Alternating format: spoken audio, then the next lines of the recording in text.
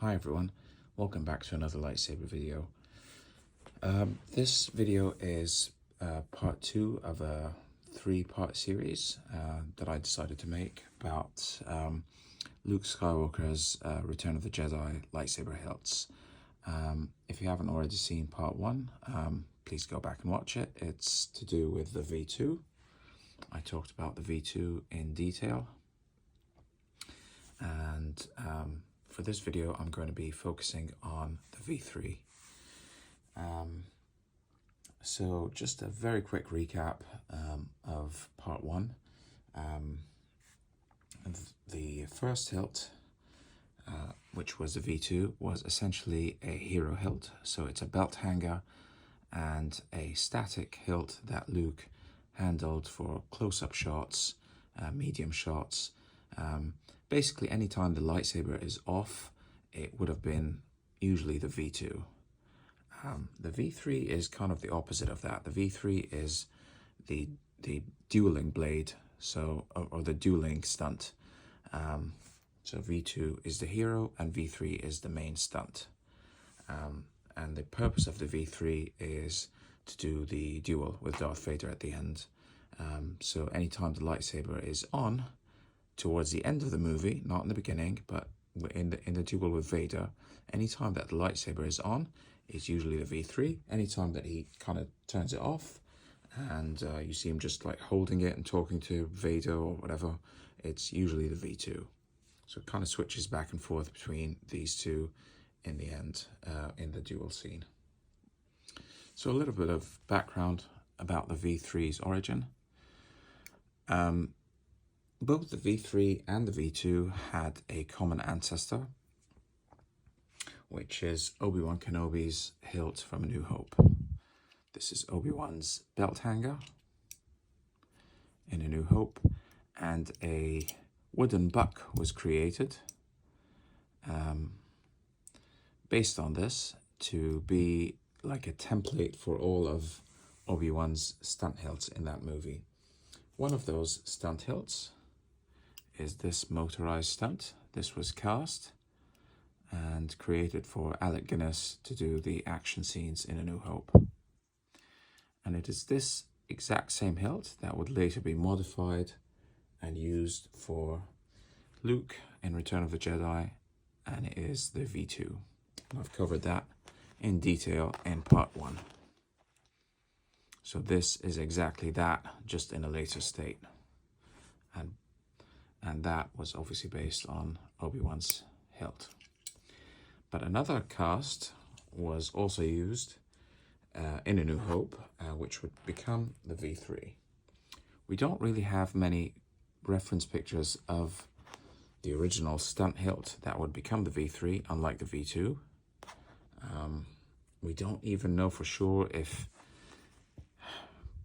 We know Alec Guinness obviously used it in some way, shape or form, but it might have been behind the scenes just for like rehearsal. I'm not really sure where he would have used it in the film.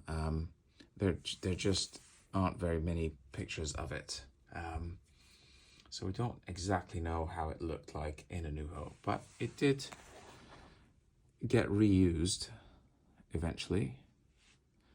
And we know it's a poorer casting than the V2. It had seam lines, it had a kind of, casting defects.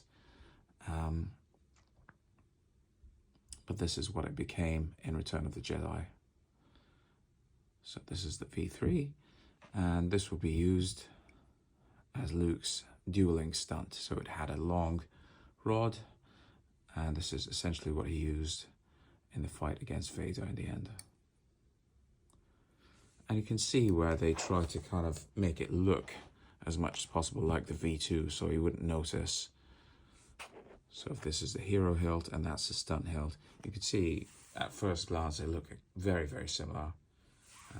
Same sort of idea really. Emitter, kind of brownish neck, a grenade with the black paint sanded off, a circuit board of some sort for the clamp card, a Graflex clamp and a D-ring. So they both looked really, really similar.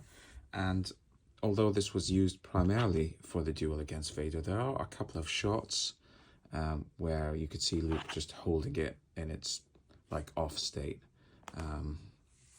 but not very many. So the importance of this hilt is that it will later be cleaned up in post-production and modified again. So the neck would be repainted, it would generally be cleaned up, chrome tape would be applied to parts of it to make it look kind of clean and shiny and hide the graphics stamping.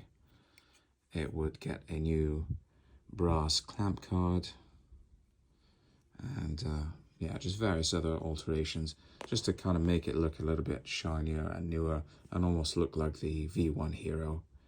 And this is the state that it's in today. This is how it looked in the MOM exhibition, how it looked when it was loaned to NASA to go on the space shuttle. This is how it looks today in the Lucasfilm archives. So that's the V3 as it stands today. So today it looks very different to how the V2 looks today, but at the time of filming they were probably a lot closer. The V3 was also used as a template to create several resin and metal copies. These are two of them. These are both resin. You can see that they're a very, very close match. And these resin stunts were used for pickup scenes and action scenes where it was inappropriate to use the metal V3. Sorry, I'm holding the wrong one against it. There it is. There's a V3. So this is the original V3, the metal V3, and these are the resin copies. So first we have this one. This is the one that's on Luke's belt in the sail barge scene. So he jumps from the side of the skiff onto Jabba's sail barge, and this is hanging on his belt. And presumably the reason they made a resin copy is because it's much lighter in weight than the metal one. And so with him kind of jumping like that with it hanging on his belt, it's not going to injure him. Whereas this is just very, very heavy and could easily injure him. You can imagine if he had to do that take multiple times with this kind of bouncing around on his hip, it would have caused injury, or at least discomfort. So this is probably why they created this resin copy, literally for that one scene. This other one, another resin copy of the V3,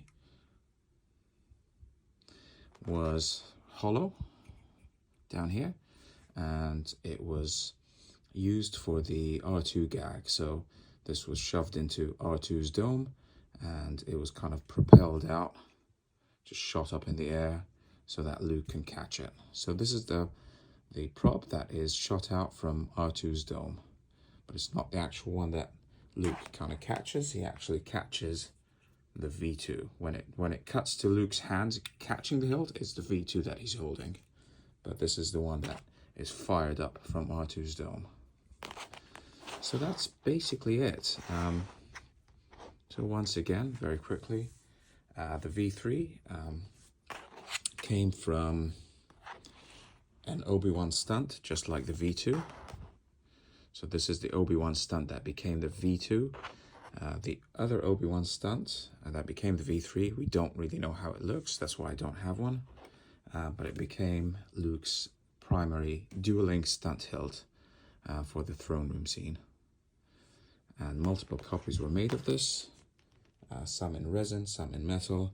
Two of those that are well known are the R2 one and the sail barge or skiff belt hanger. And later in post-production it gets cleaned up and painted and modified somewhat, and this is how it looks today.